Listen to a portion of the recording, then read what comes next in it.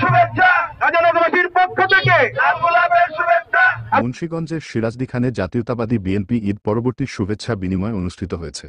শুক্রবার ৪ এপ্রিল সকাল ১০টার দিকে সিরাজদিখান উপজেলায় রাজানগর ইউনিয়নে শেখ মোহাম্মদ আবদুল্লার পক্ষ থেকে সর্বস্তরের জনগণের সাথে ঈদ পরবর্তী শুভেচ্ছা বিনিময় অনুষ্ঠিত হয়।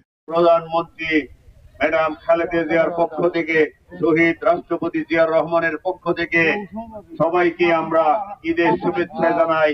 ঈদ মোবারক, ঈদ মোবারক, ঈদ মোবারক। ঈদ শুভেচ্ছা বিনিময় অনুষ্ঠানের প্রথম দিনে সিরাজদিখান উপজেলার রাজানগর সৈয়দপুর ইউনিয়নের বিভিন্ন স্থানে শুভেচ্ছা বিনিময় করেন মুন্সিগঞ্জ জেলা বিএনপি আহ্বায়ক কমিটির ১ নং সদস্য, সিরাজদিখান উপজেলা বিএনপি সভাপতি এবং মুন্সিগঞ্জ ১ আসনের এমপি মনোনয়ন প্রত্যাশী শেখ মোহাম্মদ আবদুল্লাহ।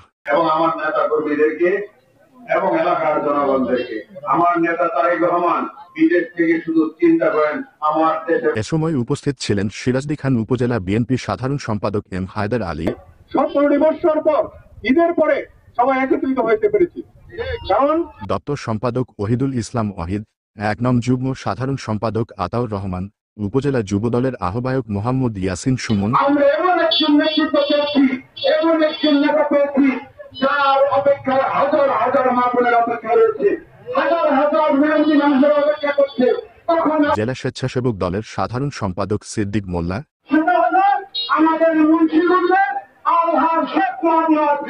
সিরাজদিখান উপজেলার বিভিন্ন নেতৃবৃন্দ, রাজানগর ইউনিয়ন বিএনপি সভাপতি মাহাবুর রহমান কাজল সহ ও অঙ্গ সংগঠনের নেতৃবৃন্দ উপস্থিত ছিলেন।